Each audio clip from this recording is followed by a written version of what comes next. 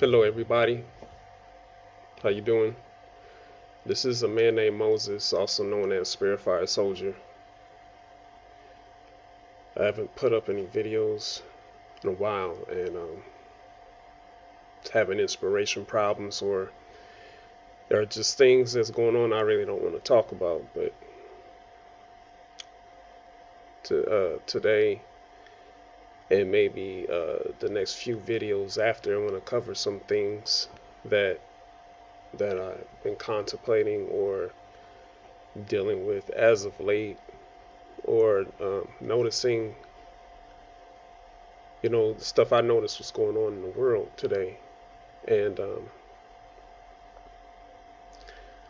last video I shot before this one was talking about friendship. And I was talking about how your friends aren't really your friends. Okay. And there's a quote in the Bible, and I don't know if it was God the Father or the Messiah that said this, but he said, show me who your friends are, and I'll show you who you are. That's interesting because, well, it's true. Okay, because you'll only attract or be attracted to, well, I'm not going to say only, but you usually become attracted to or attract people of the same type, meaning you will be attracted to or attract the kind of person that you are, because that's how humans are. Okay, not all humans. I'm not like that, but for the most part, humans are like that. And the reason why I say I'm not like that is because I don't think all humans are like this, but the majority of humans are. They have a herd mentality. In general, humans are communicative creatures, so um, you form communities and you communicate in groups, such like that. But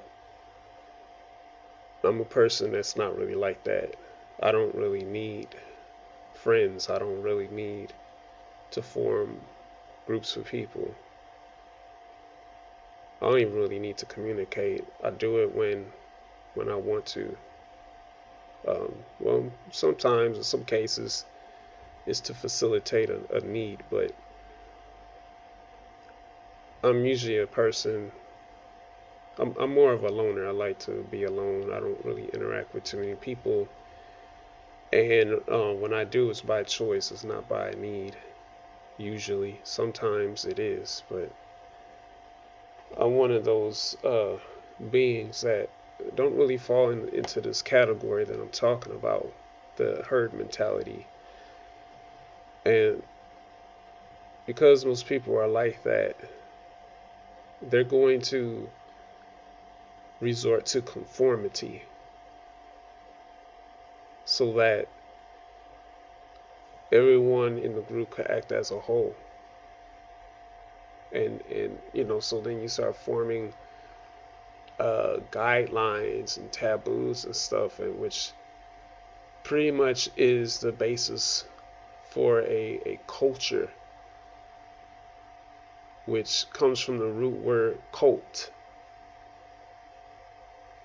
Okay, and so that's where things like religion spring from.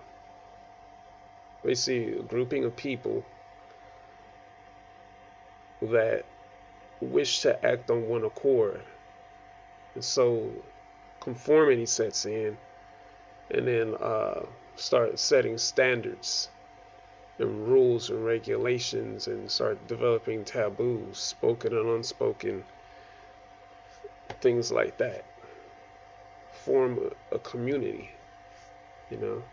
then a culture, then a nation, then an empire. That's just how humans work. Not all, but majority, vast majority of them. Where am I going with this? Like it was said earlier, show me who your friends are, I'll show you who you are. Okay? So, if you have friends that are,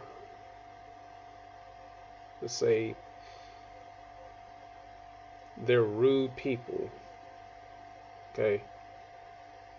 Well, most likely you're okay with that because you're a rude person too. You know, the cliche, you know, get in where you fit in. If they're into illegal activity, then most likely you're into illegal activity also, or you're at least okay with it.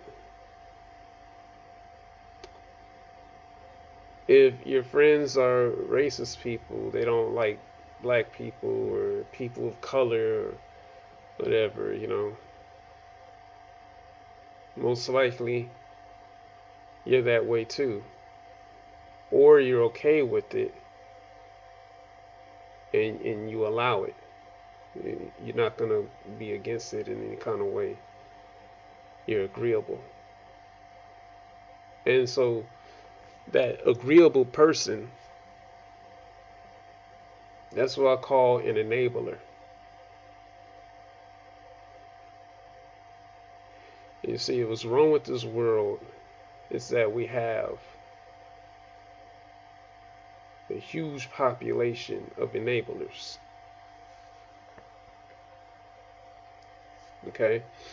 So think of it as like the drug life, the life of a drug addict,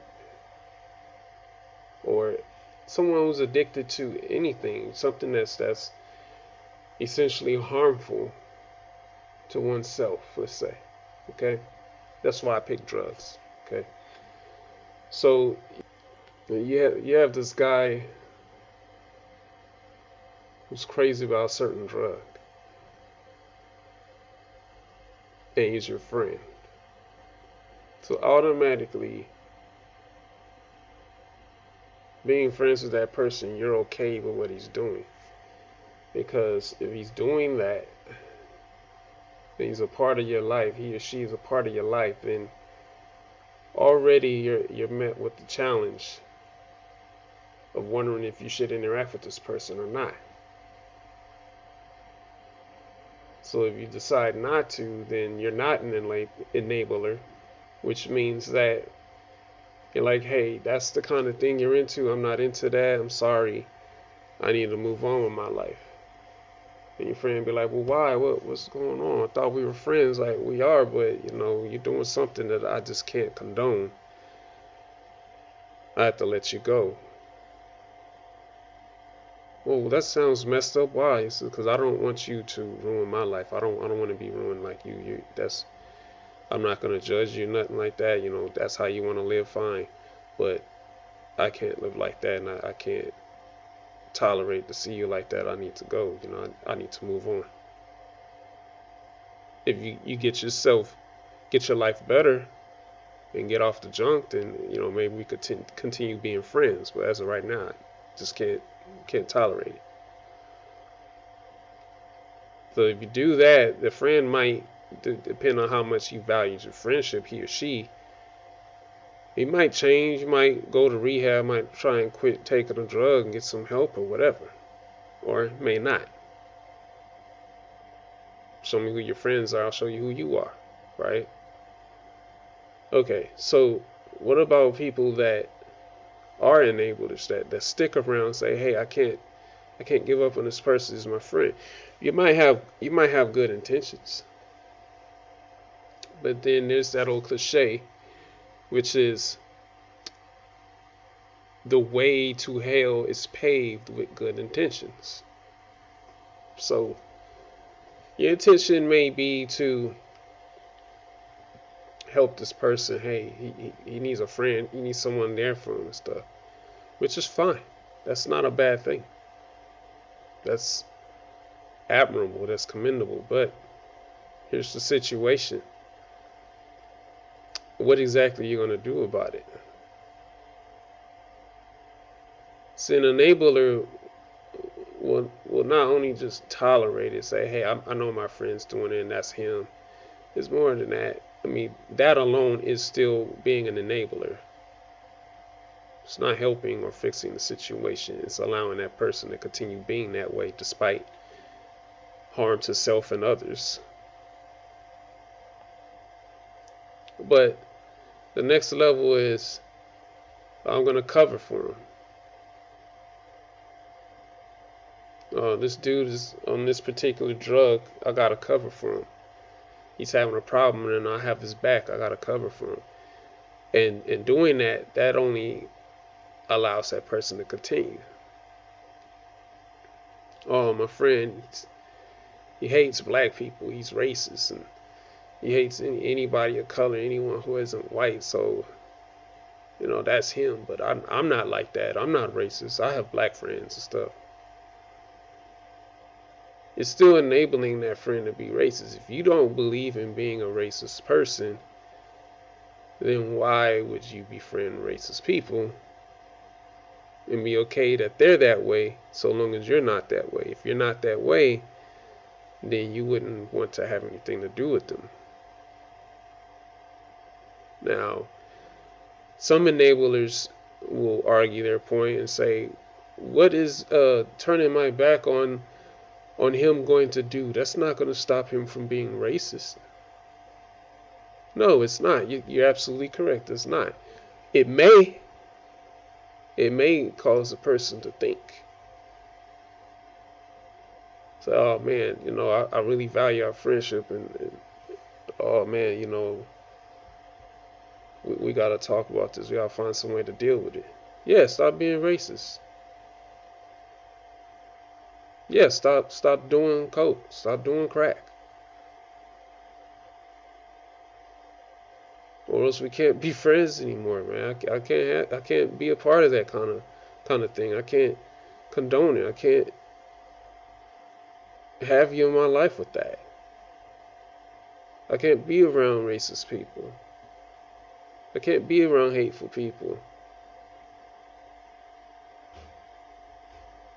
I'm a firm believer in giving people chances, not too many. Anything past the second or third chance, then you're a fool because they're showing you they are. But you can't change people. You can't force people to change, and that's fine. You're not supposed to. It's their choice, but you also have a choice too. So what I'm saying is, this is what's wrong with the world.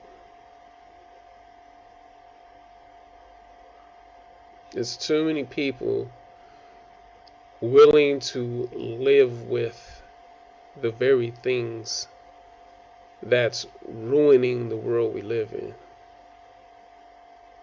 Too many people overlooking things, being okay with this, being okay with that. Now, there are situations where it's best to overlook things. And it's best to be okay with this or that. You know what I'm saying? It's called not being so judgmental. It's called not being bigoted or prejudiced. And letting people live, you know. Not policing people because you think your way of life is correct. So I'm not saying to do that. What I'm saying is stop being an enabler. We need to stop. We need to stop enabling people. The people that are wrong and harmful to themselves, to other people in the world. We need to stop enabling these people and stop allowing it. But at the same time, can't overdo it, because that's where you have fascism, however you say it. Um, that's where we have people who are overly, um, overly liberal. You know what I'm saying? Just like we have some people who are overly conservative. There needs to be a fine balance between the two.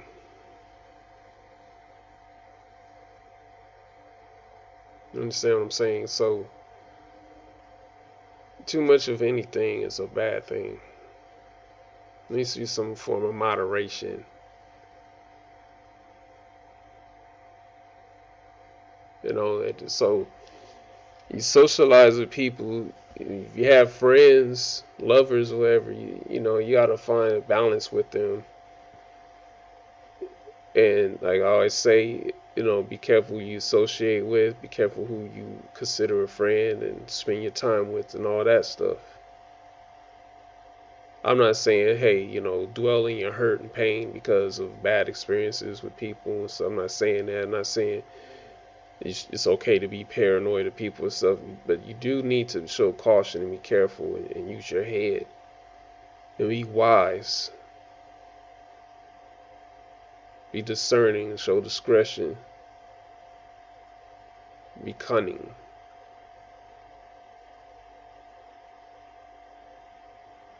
It's not okay to be okay with everything just because you want to get along with everybody. That's not cool. And it's not okay to go around judging everybody either, being absolute. Why am I talking about this? Because this is the kind of stuff that I have to deal with throughout my life and as of late. You like, and I see other people dealing with it too, and I just shake my head because I'm looking at them like, look, it's very clear what's going on here, and you can't see that.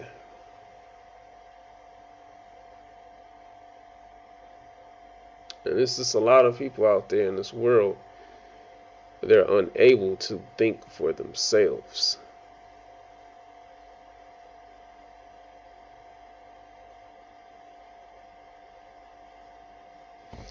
Now, in my last video, I said that I wanted to talk about the void, and also another topic was about the devil, how to identify him, or specifically evil, and how to identify it. And there's a third one, which I want to cover, is narcissism. I've been meditating on these things and pondering on how to talk about them, because I don't know if you notice, I don't script my videos. I just speak and let it come out the way it will. So you see the genuineness of what I'm saying. And you know it's coming from a real place. You know? It's coming from within. Here and here. So you can see the authenticity of it. And see how real it is and sincere that I am. Some people may find my videos boring. Some people find it interesting, intellectual. Don't know, don't really care. But I do things this way for a reason. I'm not here to entertain anyone. I'm an entertainer, sure, but I'm not here to entertain you. That's not what I want to do. Maybe somewhere down the road, I don't know, but I'd rather talk about things and be real about it, because I think this is what's necessary. It seems like a lot of people in the world just looking for a quick fix or an escape, or just entertain me so I can forget about my woes and my troubles in life and have something to escape to. And that's fine. That's not I'm not saying it's wrong, but too much of that isn't good either. Because I see people out there that they seek that sort of thing, and they're not open to or receptive to anything else. And they suddenly start looking at life in black and white, and they fall into this box where if it doesn't make me laugh, it doesn't make me feel funny or happy or whatever to take me away from my misery, then it's boring and I'm not interested in it. And that, that of course leads to ignorance and stupidity, because then you're afraid to think critically about things and consider real things that happen in everyone's life, and in the average everyday world. You're afraid to consider the depth of some of these things, and that's to your detriment. Some of you, not all of you, it's to your detriment that you're unable to think critically about these things. Like earlier I talked about being an enabler, and how that's a bad thing, and when the trouble it leads to. But a lot of people in the world, they don't think about that sort of thing, and they don't care, because it's not funny, because it's not entertaining, it's not amusing.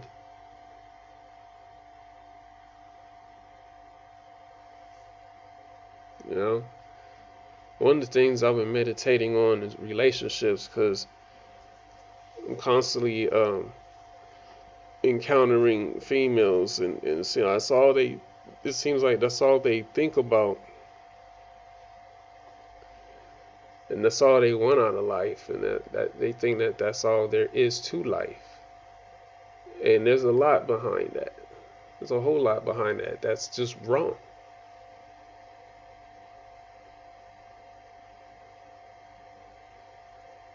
And those females, they're enabled too. That's probably one of the things I want to touch on also. But I'm still meditating on these things, and we'll see if it comes out of me in the next videos to come. But meanwhile, thank you for watching, and you all take care. Peace.